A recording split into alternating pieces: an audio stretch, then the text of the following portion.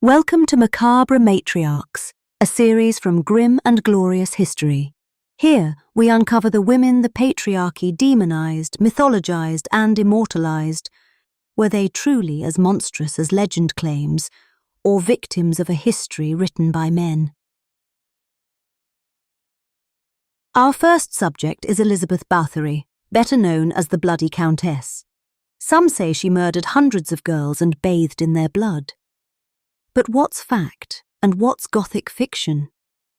Elizabeth Báthory was born in 1560 into one of the most powerful families in Hungary.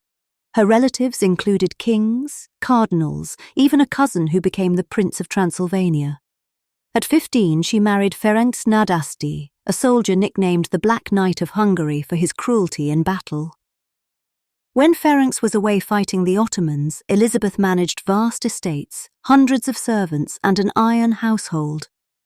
She was intelligent, multilingual, and fiercely independent. But in a society where women were meant to be silent ornaments, that power made her dangerous. Here's the tale you've probably heard. Elizabeth Báthory lured young peasant girls into her castle with promises of work, tortured them with needles, hot irons or freezing water, and murdered them in grotesque ways. According to legend, she drained their blood to bathe in, convinced it would preserve her youth and beauty. Over time, this story grew until she was said to have slaughtered over 600 victims, making her the most prolific female serial killer in history. It's a story that feels tailor-made for Gothic horror, and it was. 19th-century writers retold it as fact, and soon she was cast as a vampiric figure, a female counterpart to Dracula. But what do the records say? In 1610, after decades of whispers, King Matthias II ordered an investigation. Dozens of witnesses gave testimony, but most were repeating gossip. 4 servants were interrogated under torture and confessed to assisting in killings. One servant claimed there were 650 victims. That shocking number came not from evidence, but from a single tortured statement. No bodies were exhumed, no mass graves were found. And the famous bloodbaths? They appear nowhere in the original trial records. That detail emerged decades later in sensational pamphlets written to stoke fear and sell copies. So was Elizabeth guilty, or framed? Historians suspect both.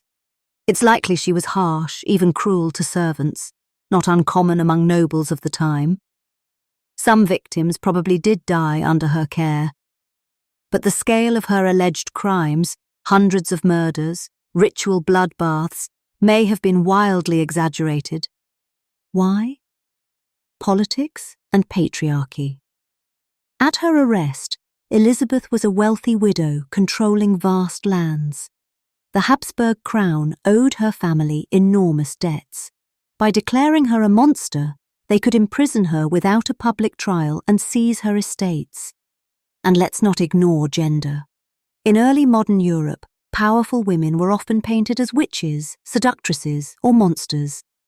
Elizabeth became the perfect villain, rich, independent, and female. In the end, Elizabeth was never formally tried.